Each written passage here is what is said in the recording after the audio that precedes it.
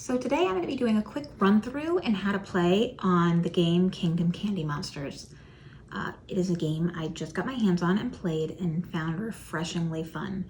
So I wanted to take a moment and go over it. First, let's take a look at the components. It's pretty basic. You're going to have your event cards. You're going to have your ability cards. And you're going to have your monster cards. You also have starter monster cards, the first player card, player reference cards, and your sweet cave, which keeps track of how many sugar cubes you earn each turn. And then over here, you're gonna have your sugar cubes, worth 1. The little larger are gonna be worth 5 sugar cubes. There are also black sugar cubes. Those are essentially negative sugar cubes. Then there are little markers because some of the monsters or abilities will only be able to be used one time, and to keep track of the ones you've used, they gave us little tokens, so that's pretty nice. And then the main purpose of the game, candy. Kingdom Candy Monsters. So these are little candy tokens. These are worth 1, and the one with the big 5 on it, I can't remember how much that one's worth. But the winner at the end of the game is the one who has the most candy tokens. So let's look how we set this up. Let me put the starter monsters off to the side. I'm going to set up as if we're playing for 2 players. Each player is going to get a sweet cave. This tracks how many sugar cubes each of you will get at the beginning of the turn. Then we're going to give each player a player guide card. It is double-sided, and when I play with less than the full amount of people, I like to just keep 2 out. That way I don't have to keep flipping it over.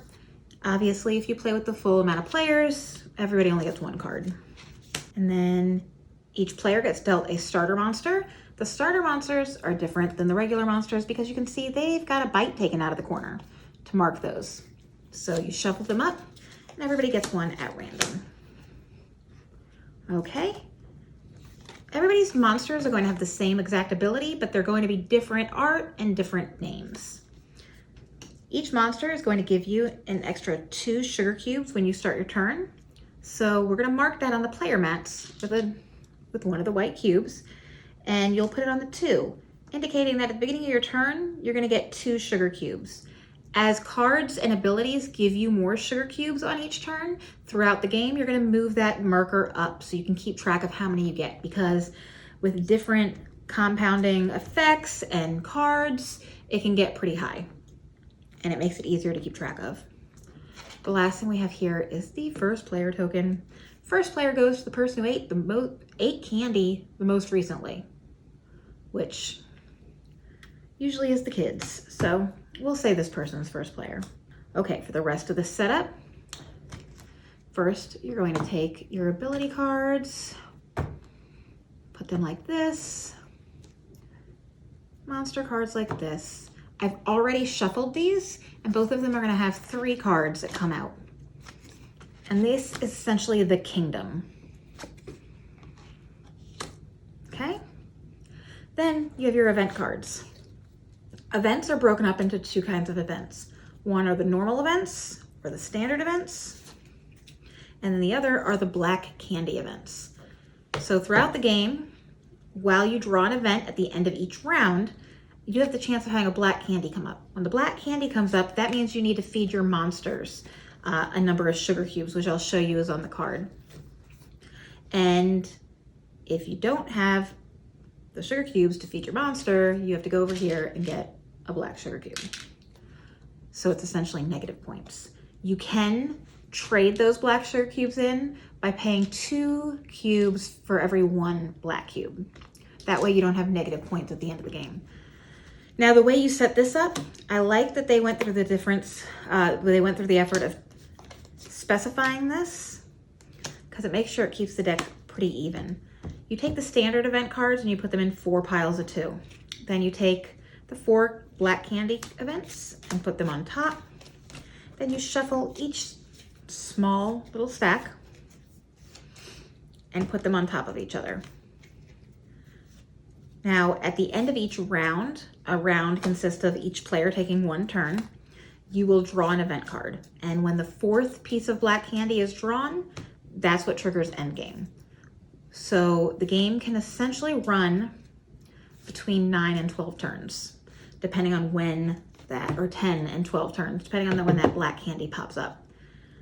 So I tend to like that because I enjoy games lately that have a set number of turns. It gives me an idea of how long I have to build a strategy and see where I'm at. Plus I know where the end point is.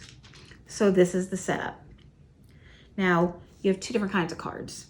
You have your monster cards and you have your ability cards. Monster cards have a couple of things on them. First, here you have the cost in the upper left-hand corner. In this case, it would be 5 sugar cubes. In the middle of the card, you'll see what it costs to feed the monster when the time comes to feed them, if a black candy event is drawn. And then on the right upper hand corner, you'll see what kind of candy it represents. In the game, there are 3 colors of candy. You have orange, blue, and green. Orange, blue, and green. So each monster will represent a color or multiple colors. And this matters because there are ways to lower the cost of the monsters throughout the game, as well as you can build sets of monsters. And they're all here on the player cards. For example, if you have 2 monsters of the same color, you're gonna get an extra sugar cube each turn, which is where you would move the sweet cave up. So if I got this monster, which is orange, and I got this monster here, which has orange, but also a number 2, that would effectively be 3 oranges. So if I said 3 of the same color, I would get 2 extra sugar cubes a turn, and then I would move my sugar cube marker up 2 more. Okay, now each monster also has an ability on the bottom, and those abilities can be activated at different times depending on their symbols. All of the symbols are located here on your card. It can be once per turn, at the beginning of your turn, when you buy an ability, when you buy a monster, when you steal 5 sugar cubes, or during the black candy phase. So, pretty simple there. Then we move on to the ability cards. Very, very similar. In the upper left-hand corner, you have the cost. Then you're gonna have the colors they represent, and then you're gonna have an ability down here. These are fun because they can be played 2 different ways. So ability cards can be played as just ability cards. And all those do is provide a benefit to buying monsters at a cheaper cost. So in this case, this is an orange card. So any orange monster I buy would be 1 less sugar cube. You also have the option to tuck abilities. So say you already have this monster here. You can ignore the top part and you would not get the price reduction on monsters, and you would tuck it under the card. In doing this, you then provide this monster this ability. So it will upgrade your monsters and give you neat ways to earn candy and maybe more sugar cubes. So you're gonna have a choice when you get an ability. You're gonna either choose to use the top for a reduction in cost in monsters, or you're gonna use the bottom and get an extra ability on one of your monsters.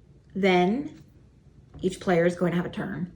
On your turn, first thing you're gonna do, collect your sugar cubes.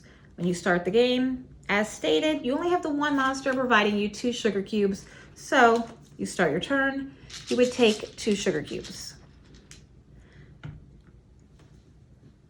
Each player starts with 5 already. Would have been helpful if I did that. So each player has 5 sugar cubes they start with. And when they start the turn, you take your additional 2 sugar cubes.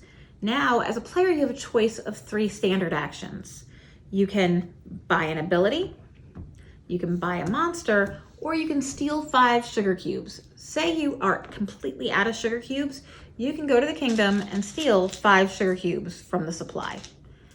That would be your turn. You'd be forfeiting your ability to buy a card that round, but sometimes you need to do that just to get some extra sugar cubes to be able to feed your monsters or buy more cards.